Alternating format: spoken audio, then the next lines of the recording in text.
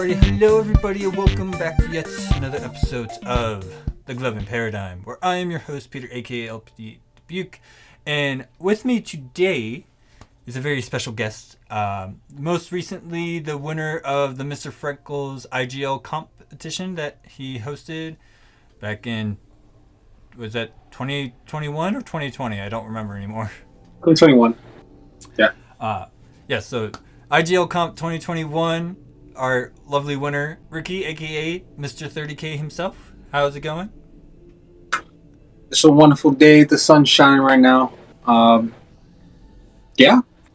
Just a real beautiful day right now. I'm happy to be here.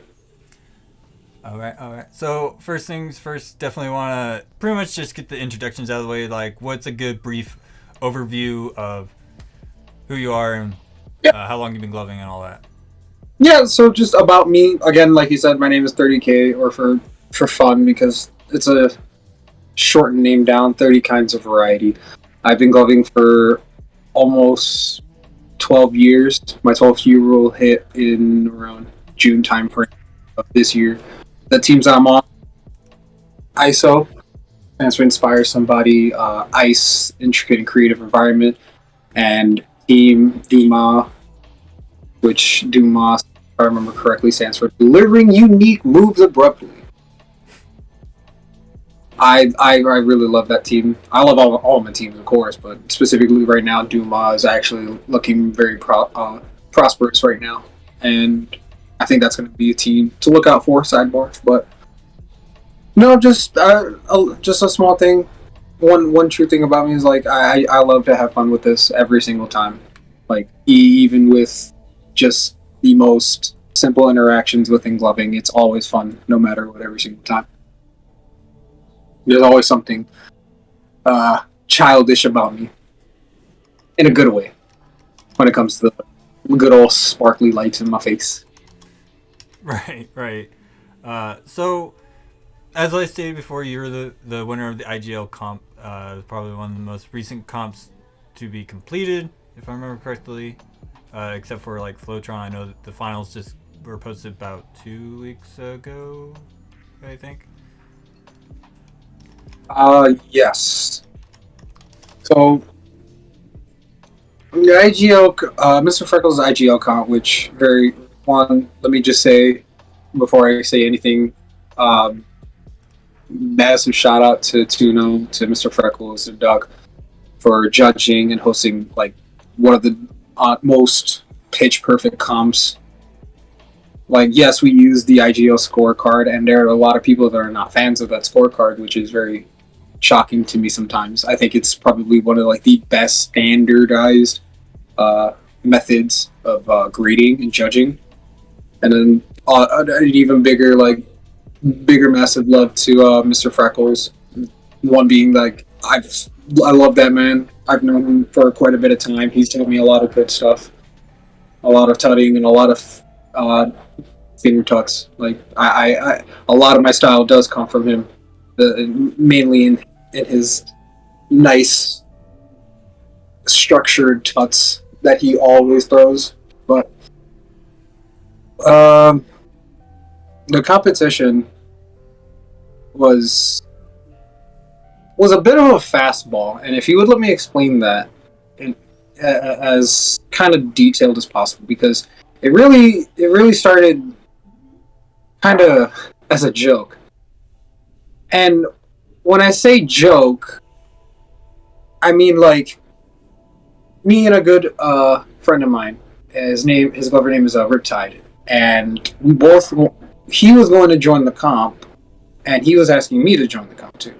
And at the time, I wasn't too appalled at doing competitions at that current moment, because I wasn't really feeling it inside. And for some odd reason, we kept, bickering amongst each other, and we came to this joking conclusion where, like, okay, fine, how about this? If I join, then you gotta join. And it was honestly minutes till sign-ups shut off. And we ended up being the last two participants sign up for the competition. A weird story indeed. Right.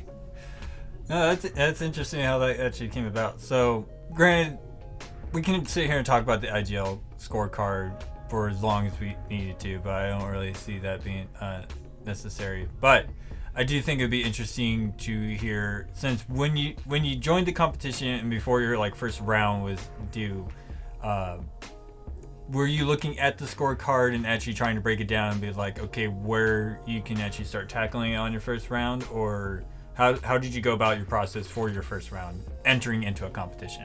I enter all my comps with a essentially a plan of action, and my plan of action is always that the first round is always going to be the pilot run, and before anything else is I'm going basically to evaluate what's going to be scored, you know,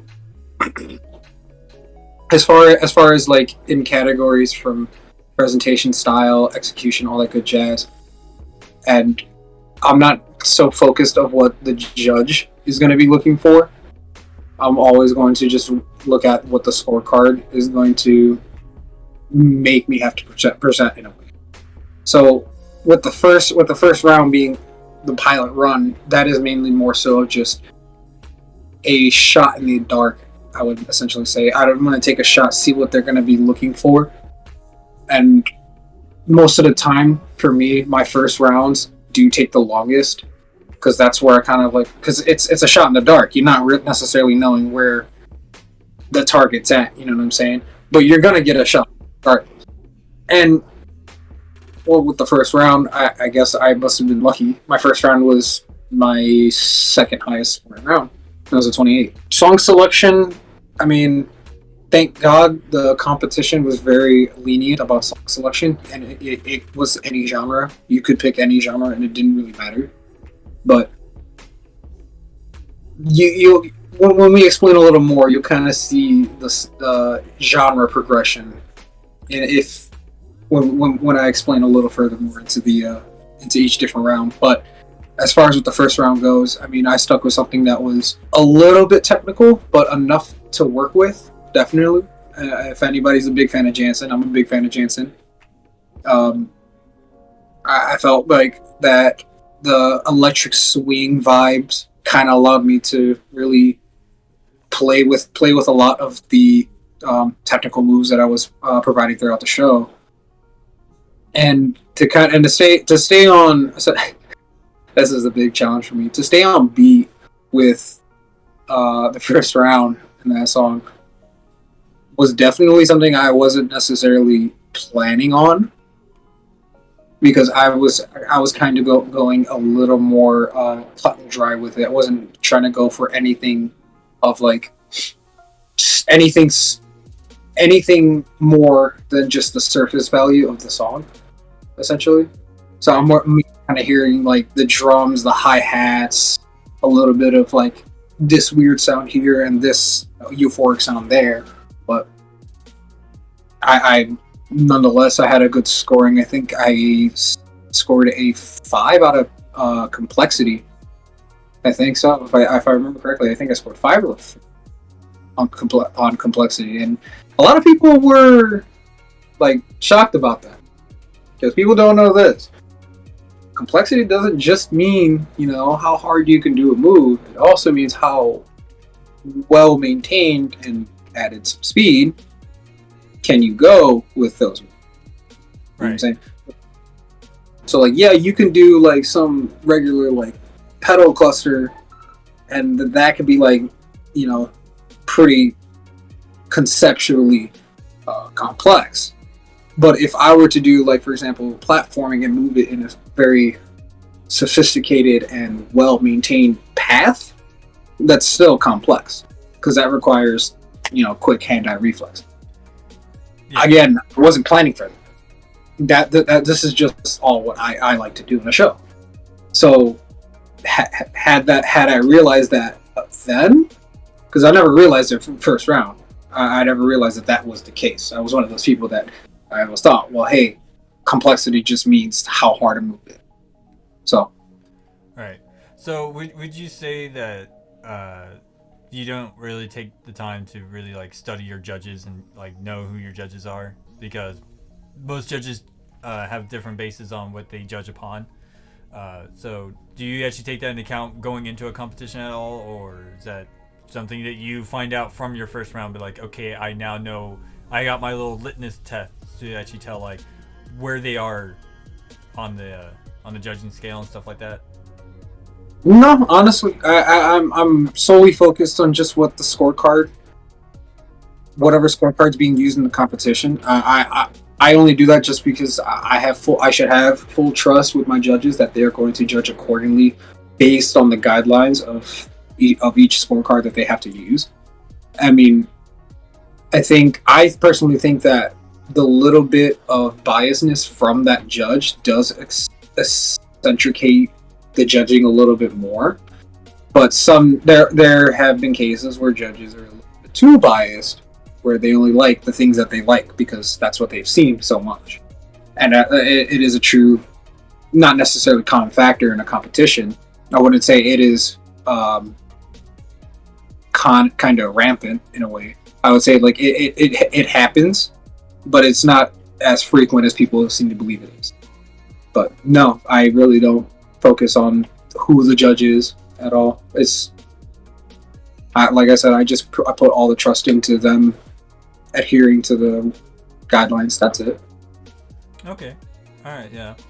So when it came to this competition in particular, did you really take note of like who you were going up against, or just who was in the competition in general, and kind of like having a little bit of a preemptive game plan if you would be paired up against them? 100%. And I would be a fool not to. It would behoove you. I would say 100%. It would behoove of you to not to. But do not let the name scare you. Do not let the individual scare you into doing what you want to do in a show. For example, round 2 with Morty, one of my team members on ISO. I was genuinely like kind of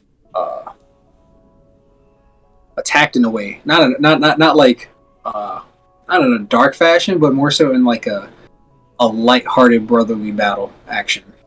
Kind of like a rivalry, sibling rivalry in a way. And okay, that works. Yeah. It's I wanted to at least have an understanding of who I would go up against. That way I would know, like, okay, well, if this is what he likes to do, then I'm going to expect to see this in the show. For example, with Morty, if I think of Morty and I see any of his shows, I'm going to know and realize, like, hey, there's going to be a lot of concept-heavy clusters that he's going to be working with. There's going to be a lot of manipulation within those clusters that he's going to do. And probably some cluster flails, because cluster flails are awesome. Shout out to Morty. But if I'm understanding that aspect, then that alone should 100%.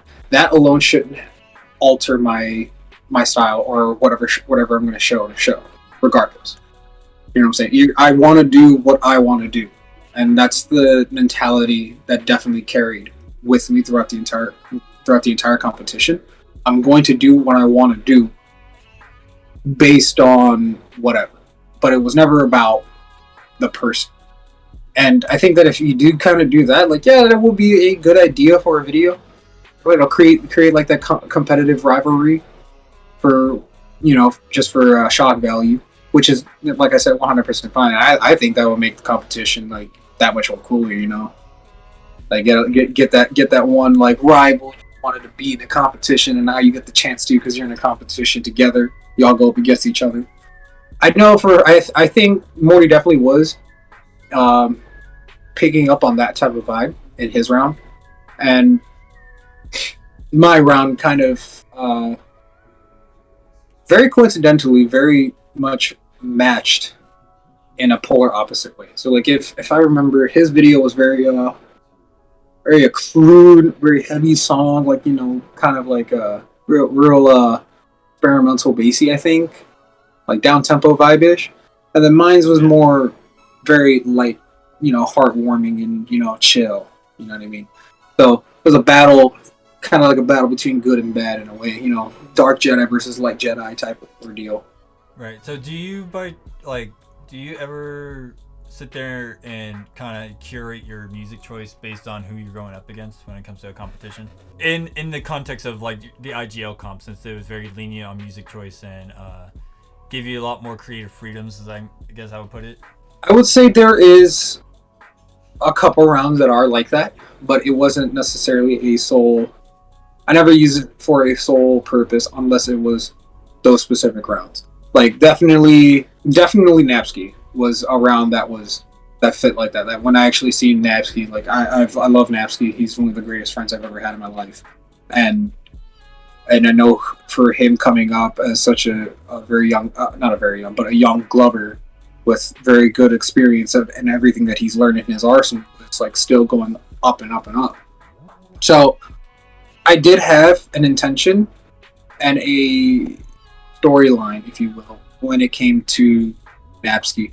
I definitely wanted to kind of show him, like, at least in my eyes, the intent of that show specifically was more so focused on around like, hey, you know, this is my way of OG flow, I guess. Like, I actually took time to go and research like the theses of OG flow, of what it consists of, and then referring back to older videos like 2010 to 2012, and looking at what those Glovers back then were showcasing, and what was this specific concept here so much more powerful than everything else that he does. Like, you could, for example, you can take for example Mimic, and Mimic is A1 with whips. And Mimic has the nicest circles you'd ever seen, but it was the fact that it was him being able to throw those whips for such a prolonged time and still keep that, you know, wow factor all the way up. And yes, whips are the most basic concept you can do. It is always the most fun concept you can do, because what's more fun than just doing this and you see beautiful colors and these nice trails flying all over whatever space this person's in. And he made that. To my understanding, I think maybe possibly he took that idea and just said, okay, well, if it's simple but it looks stupid, it's stupid. You know, keeping something like that ever persistent in a show, and to maintain like also like different patterns, different directions, speed, specifically to those three right there, definitely do make or break how your whips will look. So now, when it comes to me against Napsky, definitely the structure was really maintaining like big points throughout the show, like certain I guess story progressions, like a critical moment in some form of story. Mm-hmm. So where you have, so with that round, I decided to pick, you know, if I'm gonna go old school, you know, let's play politics, let's play all the way. So what's the most old school genre you could probably think of in EDM, in the EDM culture, or an EDM genre of music? I thought to myself, well, psytrance always works, you know. So I decided I go with let's try it out. Let's go with psytrance, and if that doesn't work, then let's just use straight 2010 dubstep. You know what I'm saying? So those are the two genres that I had to play with that really like show off like what I feel that brings out that OG flow. And well, psytrance is autopilot for Glovers, and I went with psytrance. I then was like, because that song specifically in FC's round wasn't the song for him. That was probably out of one out of 10 different songs. Mind you, if you listen to psytrance, most psytrance songs like 2 minutes or less. They're like 7-8 minutes plus. And I mean, I like that. I like psytrance. I love it. Right. But it's very hard to pick out specific segments within the song that made it a little more difficult with that round. So I went with Adhana by Vinvici, and when you hear the song and then you watch the show at the same time too. It's like you kind of see why I decided to go with that route, to kind of give the very intro of the intro of the entire video is just like the whole rise and build up to the drop, and it's like in a span of like 17, 18 seconds. But within those 17, 18 seconds, I basically gave you the shortest amount of preparation that I thought, in my eyes, I gave you the most shortest amount of preparation to get you ready to what I'm about to show you. Because it was the idea of the story was that there is a massive force rising, and it's just going to come, and it's only going to stop once I feel, or once I dictate it will stop. Right. Which kind of gave that into the second drop, that harder, more like, I guess you would say twisted kind of vibe. Because now it's like, okay, holy shit, there's an even bigger force coming. So at that point, that's to me the critical moment, or the critical plot point in a story within that video alone. And that's just, breaking down only just that one segment too. There's always also, like, in this set of array moves, like, why am I doing, very, very, I guess you would say, kind of formal liquid into some easy, like, wave tuts to really, to not necessarily, I didn't want anything in my videos. I didn't want no filler. I wanted raw moves that meant a specific point in each portion of the song. And what I mean by like each portion, I mean by like almost damn near every beat. That's the goal in my book. I want to be able to hit every single beat in a song. That's my goal. So trying to do that, sometimes it works out, sometimes it doesn't. Sometimes you think you do hit every beat, sometimes people digress. And that's why this dance form is an art. So, jumping off from kind of like hitting every beat and things like that, there's always a good amount of discussion amongst a lot of the glovers I know, talking about like the gloving meta, right?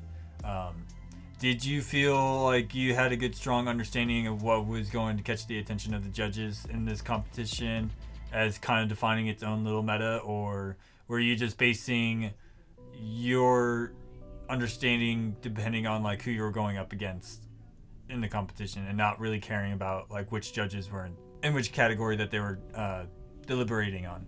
No, I never really. If there was a meta, I don't know. I wouldn't. I couldn't really tell you.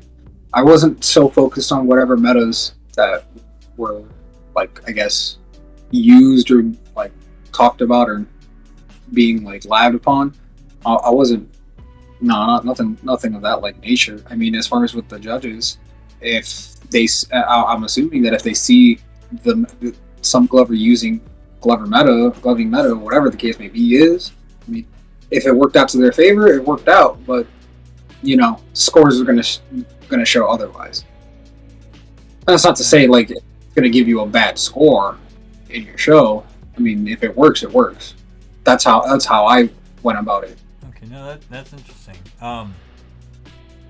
I did find it interesting, like watch, especially like my coverage of that competition. I did think it was very interesting to see how that kind of played out. Just trying to discern what the judges are trying to tell you just based on the scores that you had there. You know what I mean?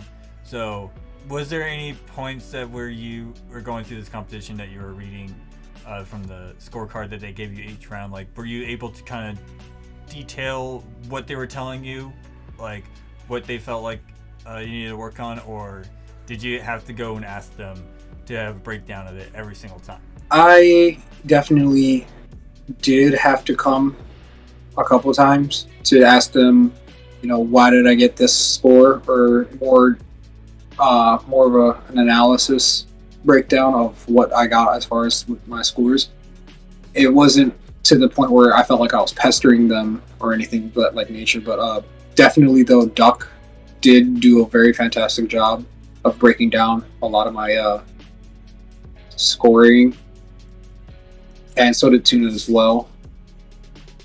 And then, if I remember, I think I remember Duck did also pull me to the side, and did have comments of his own for the competition. And it's the same as well with Mr. Freckles too. Like it happened a couple times throughout the comp that they would text, shoot me a text saying like, "Hey man, this round right here is," you know what I mean. And they also have their inputs that they gave, saying just some extra points and tips before the full-on scores were released per round. Oh, that's interesting. It seems a lot of your narratives in your light shows revolve around high concepts.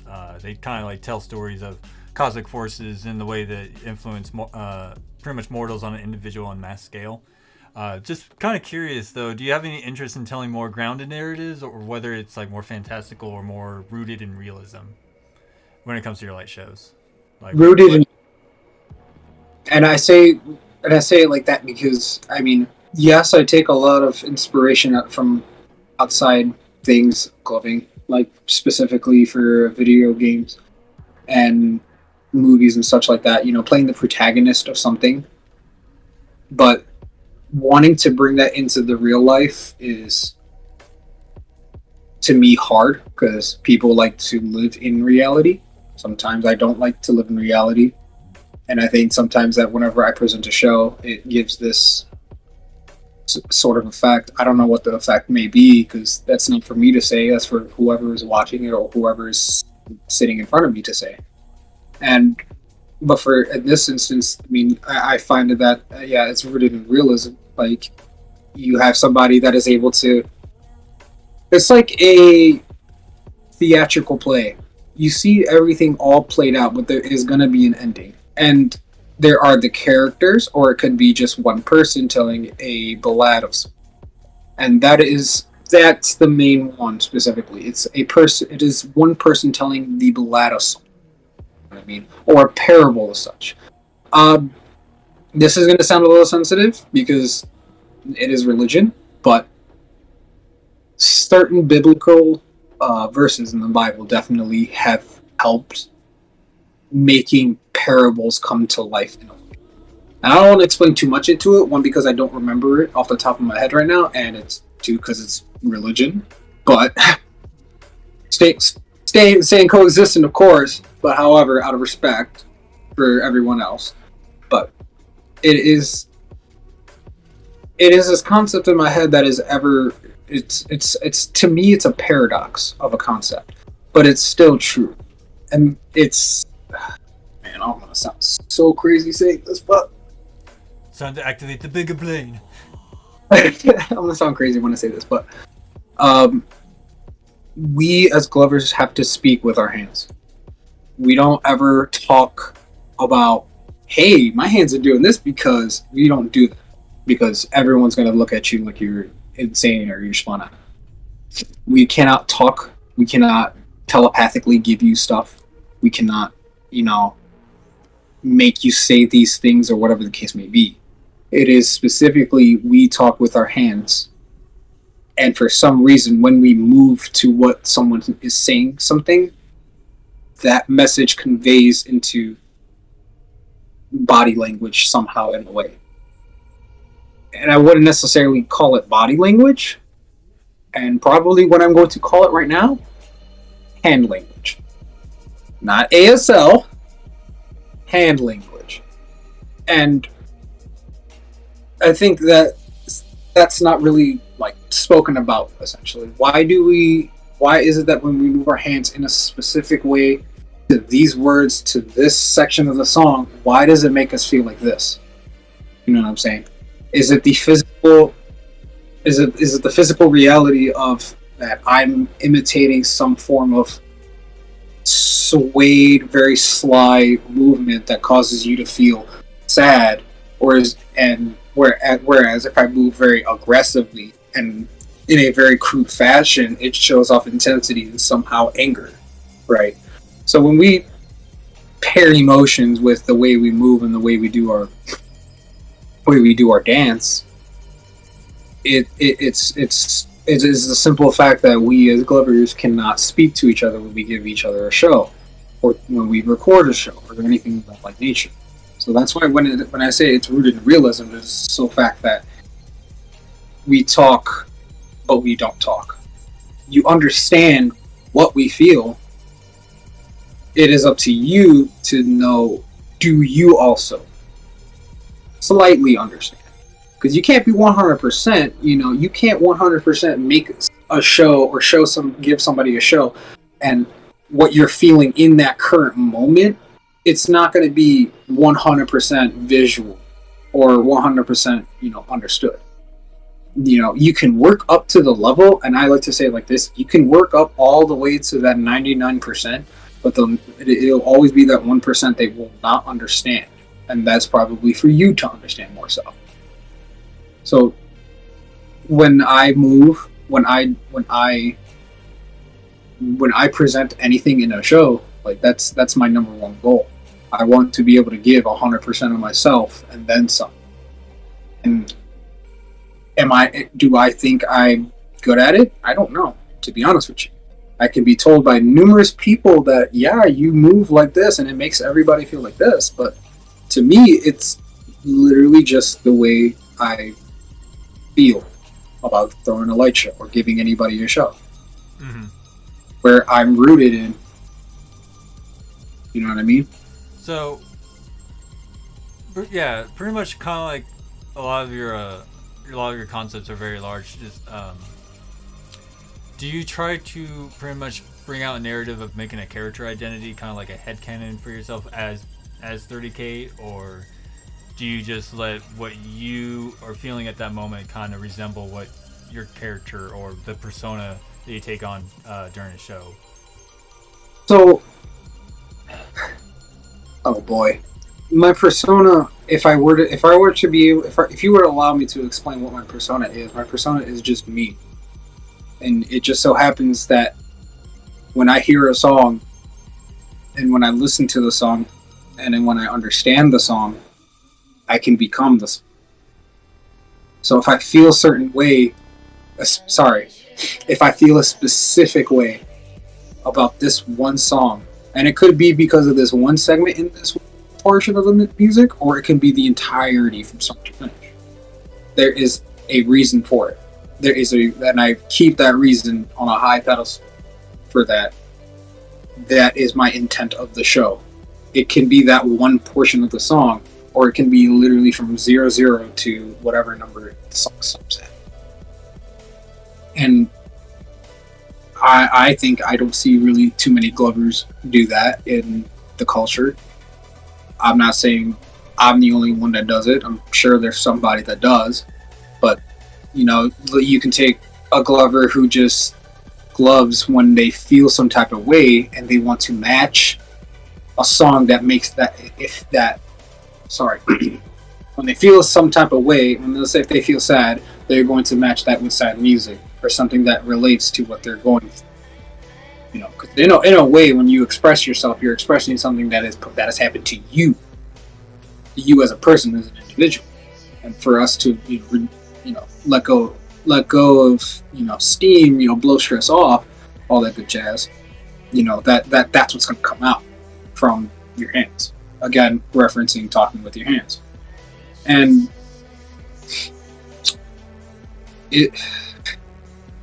I'm sorry, it's just personas are a weird subject to me, because there's a bunch of people out there that definitely do have personas, and they very much do represent that persona. But for me to say that I have a persona, I don't necessarily think I have a full-on persona. But to me, there is always a difference between the two, definitely. Between like myself as a person and from, I guess, the persona of 30K.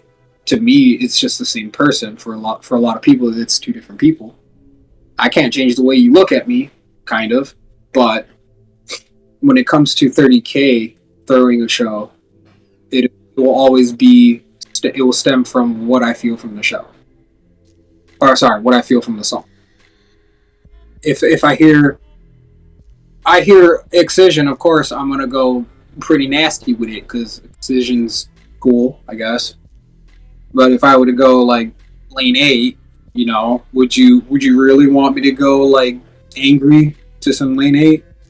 Like, could you imagine somebody just throwing like whips like this to lane 8?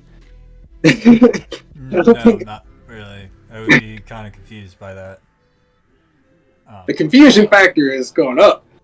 So Definitely one thing I would want to touch up on is what kind of advice would you give somebody who wants to enter into a comp? Like, what is the first few steps that you would kind of like tell them to, think about doing, but they don't have to? Like, this is something that you have done to kind of prepare yourself for a competition, and how you wanted to tackle it. What kind of advice would you give somebody who wanted to try to enter into one? I got 3 things. No pun intended. That was corny. I'm sorry. 3 things. The first thing's the most important thing. Just stay true to yourself. Don't let the competition alter what you need to do in a show, what you want to do in a show, unless there's rules stating otherwise. But be true to what you do, no matter what. The second thing, too, is even if you don't have the confidence to do a competition, at least have the commitment to do the competition. It's kind of like saying if you say it confidently enough, you'll sound like you know everything about it. I mean, if you're committed to something enough, everyone thinks you're very, very much passionate about it. But if, like I said, like if you don't have the confidence, which not everybody has the confidence, it's fine. But at least have the commitment to do it. And the third thing, the most important thing of all, because to me, I feel like people have forgotten about it, and that is just to simply have fucking fun with it. I have to say that, because a competition is a competition. Yes, it showcases like people's skills and everything like that, but it is also the fact that you have this conglomerate of people that all do what you're doing, but they do it in a different way. So there won't be somebody that can do exactly what you do, maybe similar of some of the things that you do, but if you're having fun with it regardless, if you're having a great time, like you're enjoying everybody's rounds, granted if they make it or not, it's still such a great time. You're seeing your community, the online community, push forward into the next set of people that much more, whether you think about it or not. Because as if we're in the competition and you participate in the competition, there is and there will be somebody that will be like, hey, weren't you in this comp, or hey, didn't you win this comp, or da da da da. You know what I mean? People do remember because it's out there. It's the internet. It's there forever. You know what I'm saying? So if you have fun with it, you have nothing to worry about throughout the competition. I'm not going to sit here and tell you I had zero fun in the competition. I'm going to tell you straight up, I had a blast. I was like, although I had very serious moments in the competition, I no matter what had 100% fun. It was great to go up against my friends. It was great to go up against people like Aki and Kuki. It was great to see Rue in the competition. It was great to see, Krypton in the competition. It was great to see a bunch of people in this competition. Like, it's just like, it's always cool to see your friends in the competition. That way you have, a little bit of a bonding session, if you will, with your homie. Like, 100%. When I went up against, Morty and Nasty, damn right, we definitely got more closer. You know what I mean? We got a little clash going. We duked it out, got it over with. We cool them just like that much more. You know what I mean? I think it's a respect thing, if anything. I think actually that's the fourth last thing. Sorry, the one more thing, the fourth last thing. Bonus as far point. As bonus, seriously, the respect. Have the respect. You will get back that respect from everybody else. That is a guarantee. And if you don't come there respectfully, you're not going to get the respect you should be getting. Bottom line. All right. So, what would you say was probably the most difficult part of the competition for you? I mean, like, which round did you feel like was your most challenging? What about it did you feel like was so challenging that you had to overcome? The first round. The very first round. So do you feel like once you get past the first round and you actually move up to the second round, do you feel like it gets a little bit easier for you, or do you feel like it actually gets a little bit more hard because you're like, okay, I came out of the came out of the gate blazing. Now I gotta step up from there, or do you curate it just based on like who you're going against and like how what strengths you have over the other opponent or things of that nature? No, I don't like to outweigh strengths against anybody. I just think that's like the most rude thing you can do. I guess I'm being a little too humble about that. But no, the first round was definitely the most challenging. It's like from It's Always Sunny in Philadelphia. So anyways, I started blasting. Anyway, I started blasting. Bah, bah. Once I got through the first round and I saw I got a 28, I was like, huh.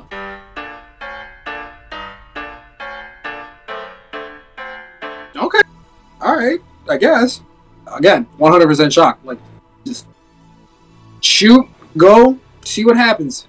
28, next round. All right, cool. Like, the hardest thing you could ever do is the first thing you gotta do. You know what I mean? Once you get through it, then it's not too bad. But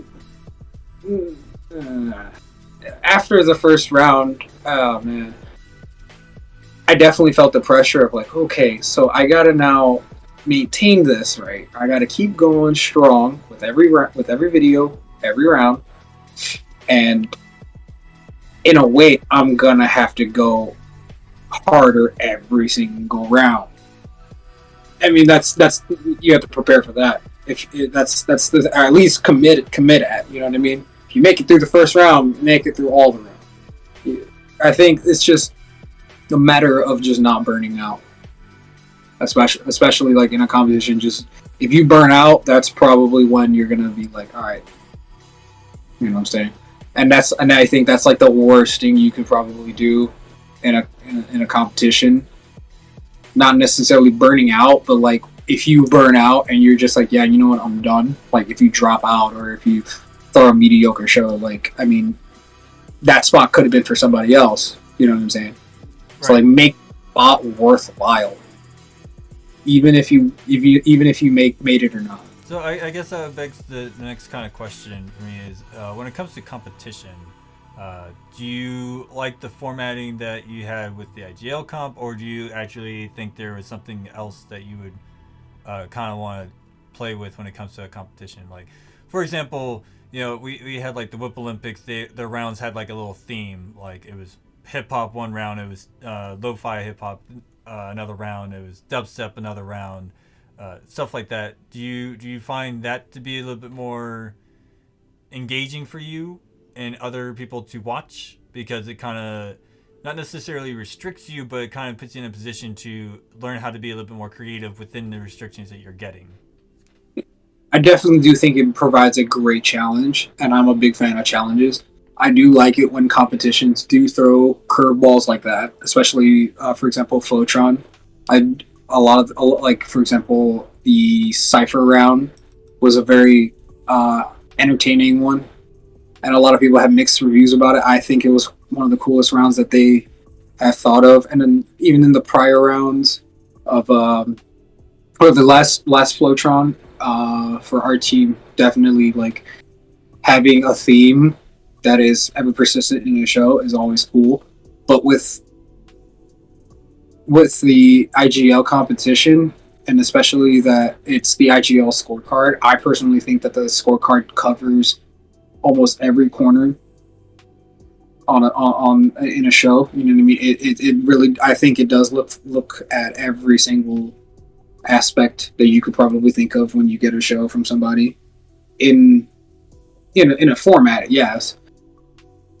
As long as the competition doesn't throw some crazy challenge, like something like very micromanaging in a way, then probably, yeah, I would definitely have a problem with that. Like if you can give me a set of parameters that doesn't hinder my performance, or that could possibly like indirectly hinder my performance, And there are definitely circumstances that have happened where, it definitely did hinder someone's like style in a way, but I don't think music genre is one of those circumstances. I mean, it's music genre is like, and no, I'm gonna say it. Yeah, music. If you have a problem with a certain specific music genre that was selected for competition of that round, and you don't like that genre, or you don't never heard of that one, that's really your fault.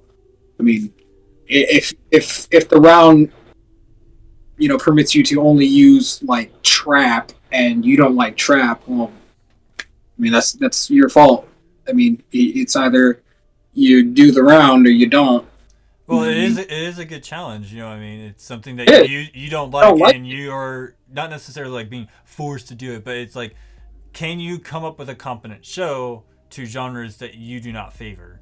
I mean, there's plenty of genres that I have that I don't favor. That if I was told that I had to throw it in a competition, I'm gonna be like Bob from Bob's Burgers. All right, I'll go, but I'm just gonna complain the entire time. You know what I mean?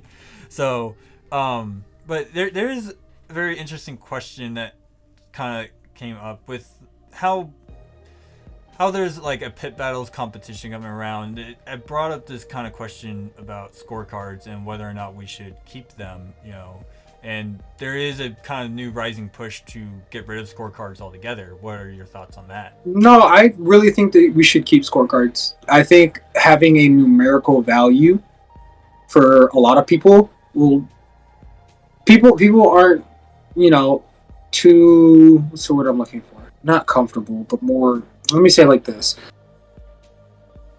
Some comps that I've been in, there has just been three judges. The three judges just,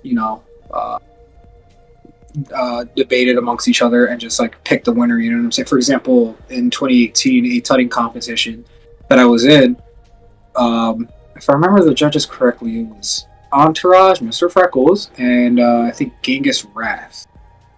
And it was just a tutting competition, and between those three, they would just, all right, 1, 2, 3 winner, they will point to the left or the right.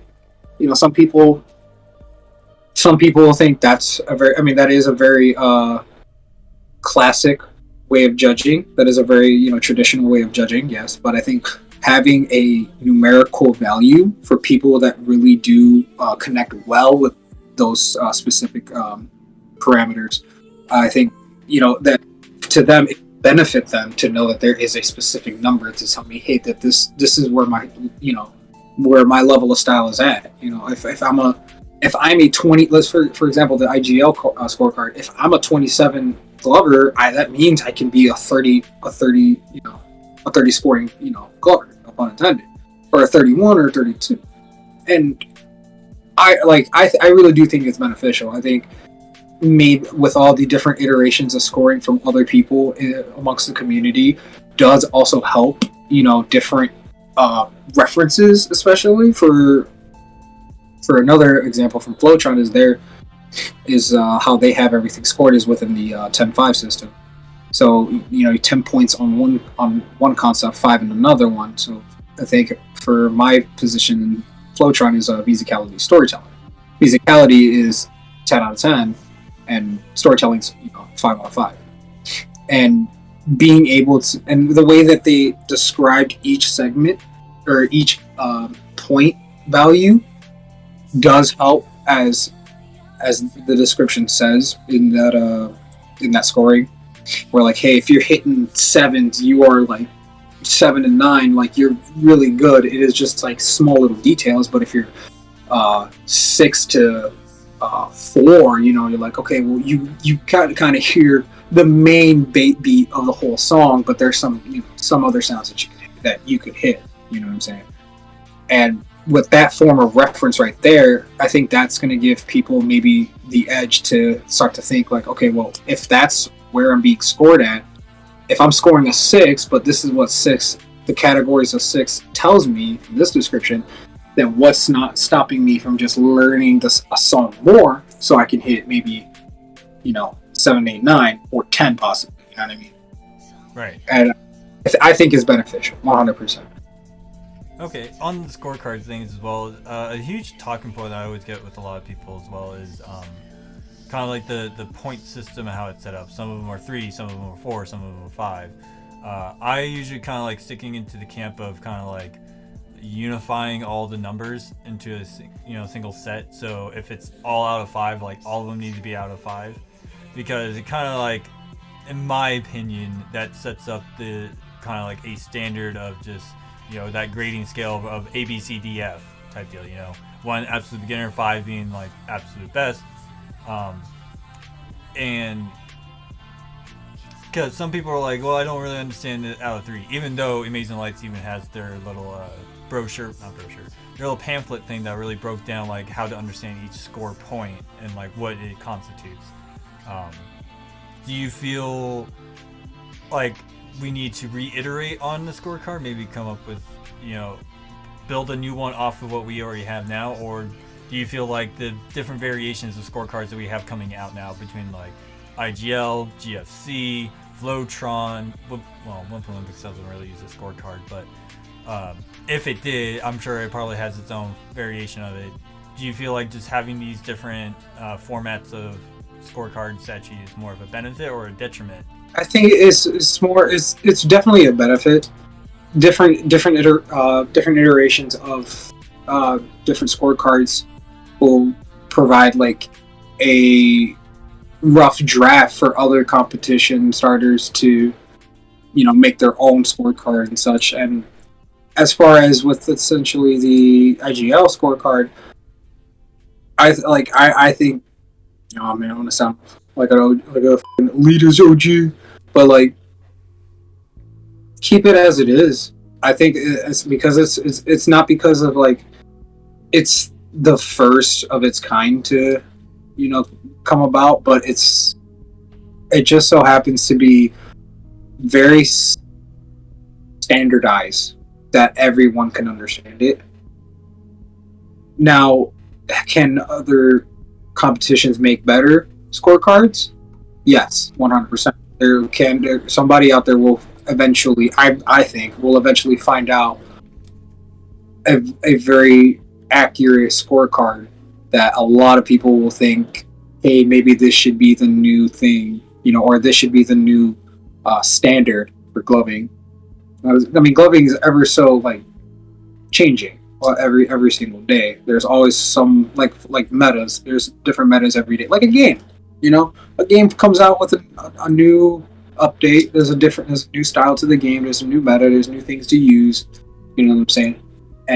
But at some point, there will be that one scorecard meta that will just topple what we have now. I wouldn't say completely like erase them, but definitely, 1, keep them around as reference, and 2, also keep them around for the sole fact that even if you can't even come up with one, you still have a tried and true scoring system. I mean, how long have we used the IGL scorecard? Like 7, 8, 9, 7? Yeah, like 7, 8. I would say we're getting pretty close to 10 years now. Like, it's been there for a good decade. Yeah. Just goes to show how reliant that being scorecard is. A lot of people love it. A lot of people hate it. Gotta learn to love or hate it. Right. No, that makes sense, because looking at scorecards, it's kind of like showing you the context of the rules within the competition. Every competition has become very different depending on what scorecard it's using. And I feel kind of like that kind of helps define what's going to rise to the top within that format. You know what I mean? And that's what I kind of like about seeing with scorecards, is these different iterations of trying to understand and break down gloving within those aspects. If you were to say to somebody who's kind of like going through this competition and is actually kind of struggling to actually improve on their points, is there any points of advice that you would give them to help improve themselves on a comp, especially if they fell out of the comp really early? Oh yes, the teachings of Kreia finally have come up. No one's gonna get that Easter egg, but it's okay. But you need take your last round. Identify your strongest scoring category, and then also identify your weakest scoring category. And let's say, for example, you scored a 4 musicality, but you scored a 2 in complexity, right? So to me, I would identify two sustaining things, or two sustaining comments and two improving comments. So for all intents and purposes, for this moment, I'm just going to explain just one and one between the two. So if my musicality is high, okay, well, if my sustaining is like, hey, I'm on beat, I can hit other beats, my only improving thing would be start to dive even deeper into the song. And with complexity, let me reanalyze what I'm doing wrong, what I could be doing wrong, I should say.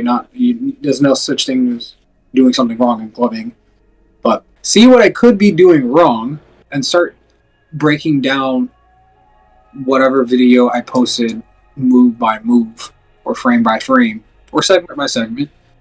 So it's two different points, say, of measurement within your video, and start analyzing, okay, well, if this hand position is drooping down just a slight bit, maybe practice or stretch a little often. That would be probably like my improvement. Like, okay, stretch more often.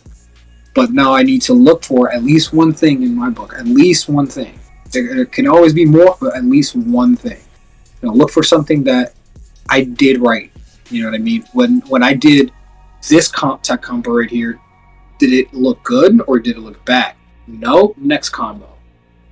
Okay, I see what I did here. I have this nice platform that I transitioned to a second combo to. Then the transition point looks really nice. So if I identify something that you did good. So then that would be my one sustaining factor. Like, hey, my transitions within my platforms are like rock solid right now. You know what I'm saying? So that's something I just need to make sure that I keep well maintained. Everything else, the main thing you're supposed to get out of this, in my mind, is that your sustainments are always going to be something that is what you're essentially thinking about the most, because you want to make sure that those stay maintained. And then your improvements are something you would essentially keep in the back of your head, that when you have the time to practice, then you start bringing those out. During a competition, you necessarily can't, to me, I don't really have the time to practice when it's recording day or whatever the case may be. Definitely a day before I want to, or at least some point days before recording day, I want to essentially like look at all the stuff that I wrote down or kept in the back of my head as far as with improving on whatever I needed to improve on. And as far as my sustainments go, I can set some sustainments to the side and then pick and choose of what I need to fix it. And to me, that's very imperative in any competition that I ever do, or any pit battles that I ever do. You know what I'm saying? Like if I'm having a friendly fade in pit battles, I'm gonna go and research what I did back in pit battles that costed me the win or costed me a loss. If I don't do it, I don't do it. Oh well. But you're gonna be mad because you lost, and you're like, why did I lose? And you're asking yourself that question. Well, you got another thing coming. All right, yeah, that makes a lot of sense. One of the kind of topic points I always hear a lot of people kind of discuss when it's somebody who's never done a competition before and wants to try to get into the competitive scene. One of the recommendations I've heard people say is try pit battles. Do you find that as a good entry point into getting into the competitive scene, or kind of dipping your toes into what a competitive scene could feel like? Because I would say that probably was true a little bit more back in the day. As of now, I feel like that might have changed. Where is your thoughts on that? I want to give an actual intricate answer with this, specifically because I'm a weird person and I like to find ways to just get out of the norms and stuff, and especially about metas, LOL. But one thing I did a lot before I ever got into competitions is I would actually watch how the competition goes. I'll actually sit there and wait for the rounds when they come out and come posted up, and start looking at people like Lights on Night season 1 and season 3, I sat for I was waiting every single week for all the lights on entries to come in, or if they get posted early in GL, because some people did, which was awesome to be. Got me a head start, you know what I'm saying, just to keep up with the latest that's going on in the competition, you know what I'm saying. And in my head, I play games, or even I'll write it down onto the side, like, hey, put little small bets here and there against myself, like, hey, who's gonna make it in this competition, or all that good jazz. But the main point is I sat and watched how competition goes down. GFC was one of the recent ones I definitely sat and watched that went down. A lot of the stuff I saw from GFC was very impressive. All the competitors, all the special, battles that went down in the competition were very, very, very intense. That I thoroughly enjoyed. Which one was the one with Mega Sloth and Trump, and there's a third person. I know they did three-way. Wonka. No. If it was it Blunt, Wonka, and Megasloth? Yeah, I think so. Blunt, Wonka, and Megasloth. You guys will see it down here. I'll put a note here. But I watched. I'll sit back and observe. Sometimes the best things to do is just to sit back and observe. Just watch how the competition unfolds. Pay attention to all the small stuff. Why are the judges?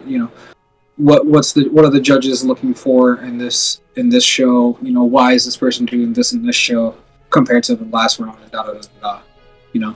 And if it's kind of like reconning, you know what I mean. You want to scope out the place before you do anything major.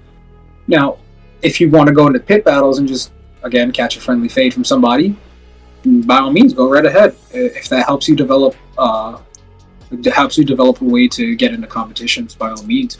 I think it's like an arena, like a 1v1 arena, like some good old-fashioned one-on-one in Call of Duty Rust. You know what I mean?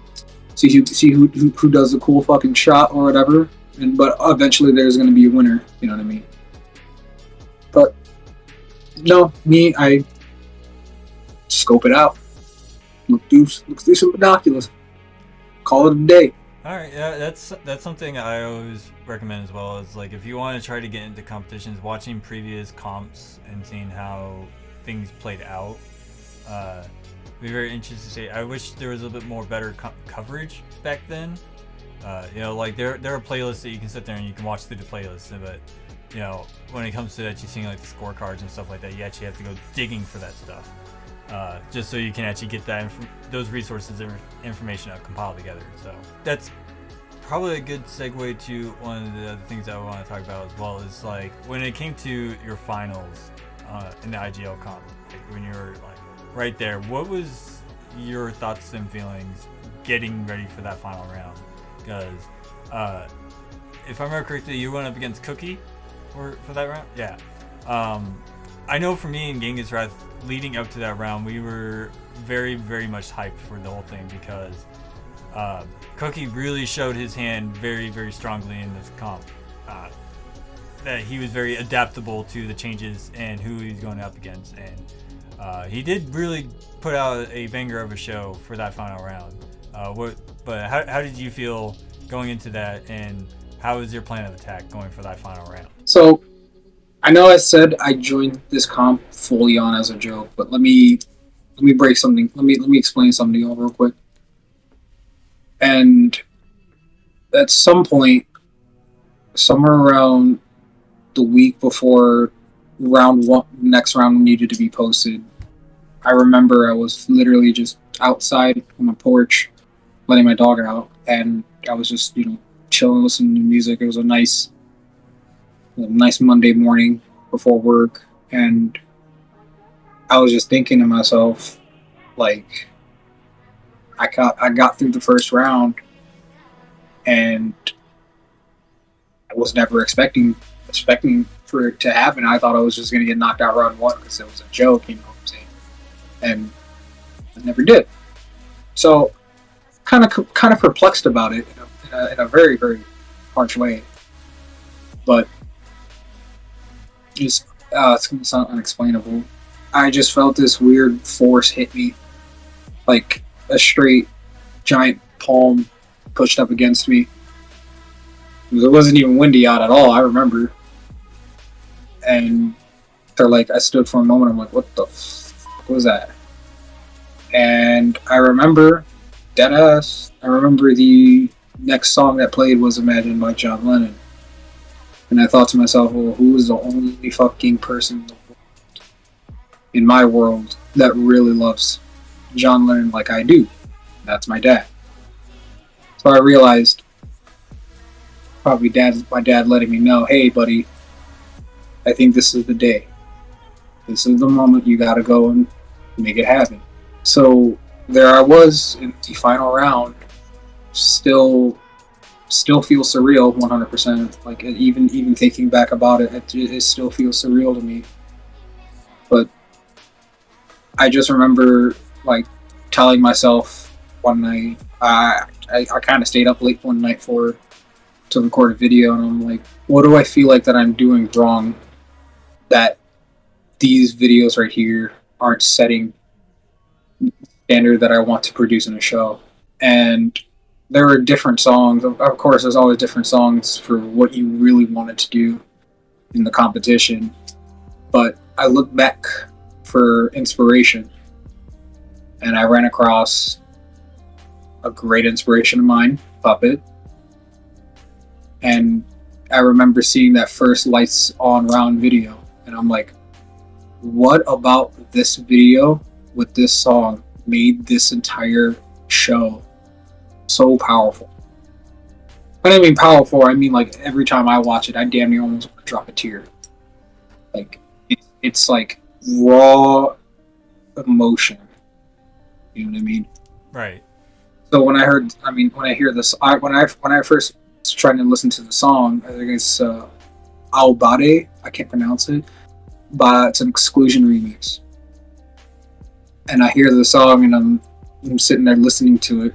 And funny enough, I was sitting in my room in this environment, in this setting right now. The sun's setting, the room's like really tempered down, and I'm just like, what am I supposed to feel in this show? And I remember I was clutching my necklace, my charm necklace. It's basically just my dog tags, a Mass Effect 3 burnt dog tag. Shout out to anybody that's a Mass Effect fan. Flammel from Full Metal Alchemist, and my dad's birthstone. And I remember it literally burning in my hands. I was just clenching it just like this. Like no weight, no force on it, just like this. And I remember it was just burning in my hands. Straight up. So I knew I had to dedicate as much time as I could. I had to make every single second in that 2 minutes matter. I had to. But the problem was just, how do I do that? Because that was something I've never done before. I never thought about, like, every second matters. Every single second matters. You know what I'm saying? But this time I had to do it. Never been faced with that challenge before. So was I confident? The big question to ask is, was I confident in my final round? Because that, I'm going to leave a mystery. Did I commit? I was. I did commit. I 100% committed. When I knew, the way I had everything set up was, I wanted every bit of luck on me. I had my Light Nation jersey on, my Light Nation captain jersey on, I had my ISO jersey on, I had my necklace, everything. But the one last thing I wanted to make that much more special is I wanted to be on my knees when I did it. I feel that the most intimate and deep way of connecting with somebody, as far as giving a show to someone, is always from the knees. And to me, I've given shows, of course, kneeling, standing up, or in some weird fashion sitting down before, like straight sitting like this, on a chair. And standing's one thing and sitting down's another thing. But for me, when I get on my knees, you know what I'm saying?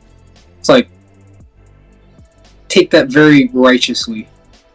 It's like a knight. It's like you're knighting somebody in a way. You know what I mean? But it comes down to that again, that intimacy level that you don't necessarily get from any other dance form. So to me, whenever any recording you see me ever produce, most of the time I am standing up. But I feel like if I record something, I'm on my knees about it. I feel like I'm about to present something a little bit more different. So, it was a very weird moment that even right now I still can't seem to fully process yet. No, that's actually very interesting to hear though. So, little secret. You want to win on your finals round? You do it from the knees, guys. You do on the knees. Yeah. A lot of things went on the knees, but we're not going to talk about that. That's not what it's about. So it's probably so probably it's like one of the like final notes that I kind of want to touch up on is there any like words of advice that you can give to somebody who's never been in a competition or has been in competition and has not done well? Because I know there's plenty of glovers out there who've entered competitions and haven't done really, really well. Like, what kind of words of encouragement would you give to get better at it? You know what I mean? Reflect and react. Reflect on everything you did as far as however many rounds you went in that competition. If you lost that competition and for whatever reason that last round was the round to kill you, reflect on what you did and react accordingly. Do not react in a way where it's so dramatic and angry. You know what I'm saying? You lost. Hey, you lost. There is no shame in defeat. There's no shame. Shit, to me, if I lose, I love shit. I like that. Cool. I find honor in defeat. If you best me, you best me. Great. That just means I need to be better. That's fine. I'm not gonna beat myself up about it because I lost. I shouldn't beat myself over because I lost. Even if I was in the final round, I was prepared to lose. In that final round, I was so ready to lose. It's not even funny. Like, I was ready that, like, all right, if I lose this round, all right, cool, whatever. You know what I'm saying? I'm just glad I made it this far, right? I made it this f***ing far. Like, even if you lose round one, cool. You managed to get into a competition that how many people were signing up like that? You made it into a competition, made it to round 3, and it was an entry fee. I mean, cool. Like, if you lose, you shouldn't get upset over it. You need to look back on it. You need to look back of what was it that possibly caused me to lose? Because there won't be an indefinite reason unless you ask the judges. And with that being said, too, you need to be prepared to what they say. You have to accept you have to accept what you get told about it. And if you're not accepting of it, well, of course you're not going to excel. You're not going to get any better. To me, you're just going to get worse. If you really get hurt over losing, like, that's just bad sportsmanship. Again, respect. But if you lose, you lose. You win, you win. It doesn't matter at the end of the day. You win, that's a chip on your shoulder. You lose, the other chip on your shoulder. It kind of reminds me of the saying that I kind of made as a mantra. It's not about winning or losing. It's about becoming a better glover, win or lose. It's something that I've kind of adopted from my time in playing competitively with Magic the Gathering. Is that every opportunity to learn from what you failed at is the win that you should be going for. No. You could say Magic, but then I could just pull out a Jace Belderin deck and just start negating every, instant you decide to cast, because I just can do that. But no, I'm just kidding. No, I still understand. Like, it's something I always tell people is like you gotta figure out like what it is that that made you fail and what is it that you can take away from it. And that's not only just with Magic. Like, you can probably put that with any video game mechanic out there as well. Let me say this one thing too: win or lose, it's going to make you a better glover. And if that's not the one ideal that you as a glover, for anybody watching this, as a glover, if that's not something you want to be, as far as this, culture is, then you've already lost. win or lose, it's gonna make you into a better glover. That's the number one. That's the real competition. You know what I mean? That's the true competition. You know what I'm saying? You want to be better every single time, but we as people are very critical upon ourselves. You know, we always think, you know, we're not as great as where we should be at. However, in that point in time, whether you won or lost a competition, you are great because you performed in that competition. Bottom line. Yeah. So I think that pretty much covers a lot of the things I wanted to talk about. Just get your thoughts and impressions of how you felt about going through a competition, what it took, what you did to actually get the win and actually come out as the champion of that competition. But pretty much, I don't really think there's much more I can actually go into further detail. But 30K, it has been an absolute pleasure having you on this show. Everybody, if you want to find more of 30K's content, of course, besides going on the Glover's Lounge, he does have an Instagram that you can follow. You will find all that stuff linked in the description below. You will actually see it down here. I'm showing it right here, right down there, you know. Go check out his stuff. Wonderful content. Definitely check out his YouTube channel as well. He does have one that you guys want to check out. 30K, is there anything else you want to say before we kind of close off? Yeah, go ahead and use code 30K on glowleds.com, or I'm going to literally wait in the trunk of your car. Or a gun. Shameless selling. I mean it. Please, use my code. Yeah, so again, you guys find all of his social media links down in the description below. You guys will also find mine. Of course, you guys know what you need to do. Like, share, subscribe. Donate to my Ko-Fi. I don't really think I need to say any more on that. Donate! Do it! Do it, do it, do it, do it, do it, do it, do it, do it, do it, do it, do it, do it. Yes, donate as little as $1. Helps me out, goes a long way to keeping this channel running. Other than that, $1! $1!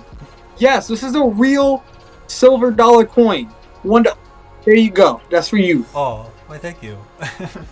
But other than that, I certainly hope you guys enjoyed what we had to talk about on this. I certainly hope that 30K, I definitely hope that I get you back on the show sooner rather than later. I'll certainly say that. You know, like, most definitely.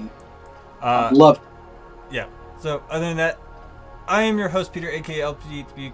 I'll see you guys all next week. Goodbye. Have a great time.